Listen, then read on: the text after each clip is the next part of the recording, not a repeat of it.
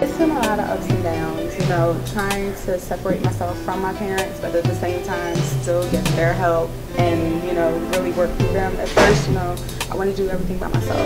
I didn't ask for their help, and I realized they've been doing this for 20 plus years. I've been in it for 2 months. So just to really, you know, go back and count on my parents and ask them questions and rely on their knowledge has been the biggest learning for me, just to, you know, make sure and then to take care of my people. You know, if you don't have people to work for you, nothing's going to happen.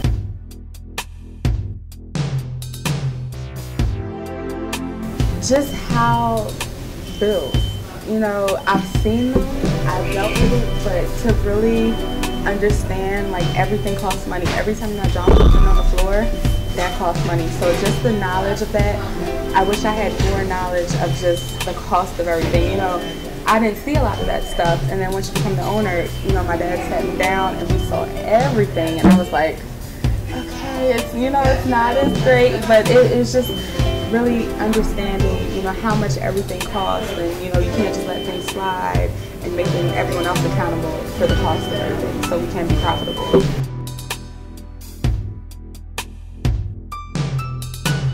And it's a really sad stigma because, you know, all of our managers are successful. They come in, you know, making minimum wage, and they progress to supervisors. A lot of crew people, I think 30% of crew people are owner-operators. 30% of operators started as crew. So, you know, for people to think that, it's just an amazing feat that I can start as a crew making minimum wage, and then I can become an owner. We have a lot of managers that go into the training department. They become field consultants for McDonald. So there are a lot of opportunities. It's not a one-stop shop of, okay, I work on the grill, I'm working on French fries, I'm going to stay there for the rest of my life. If you work hard, and if you have a vision to go further in this business, you can, and you will. I mean, you know, it wasn't easy for me. I had to go through all the classes. I worked in the company for 10 years, off and on throughout school. And then when I graduated college, I focused. It took me 3 years to go through the program, and then I became an owner. So it's not as easy as people think, but if you work at it, you can become an owner. You can work for McDonald's Corporation. The president of McDonald's started as a crew person.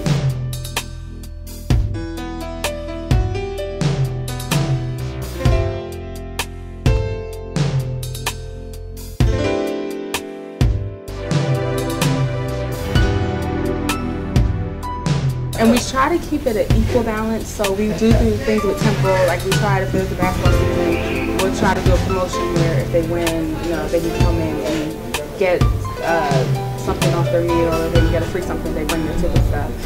With the community, we had community ambassador days. I took 4 of my crew people down to the community center that's down the street. We cleaned up from Broad Street down to York.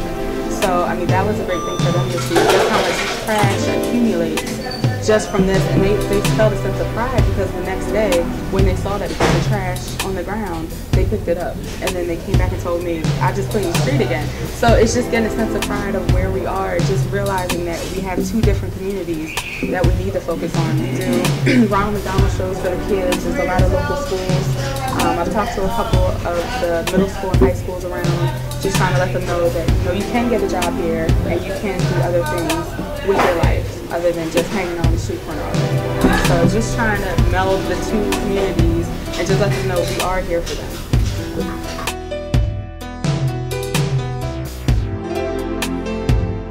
Just really set a plan.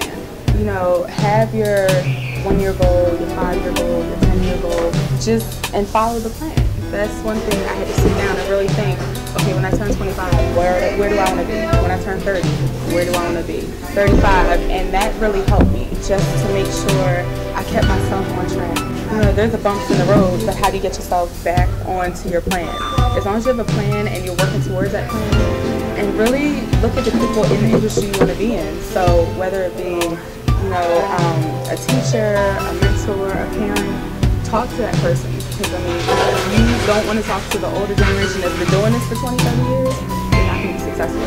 And the one thing we say at McDonald's is steal shamelessly. If you see an operator doing something that's great, take it. I mean, it's not, you know, if you see somebody doing something great, you know, take it and make it your own. And then you'll be successful. So really just have a plan, work at it, and work through others, talk to others.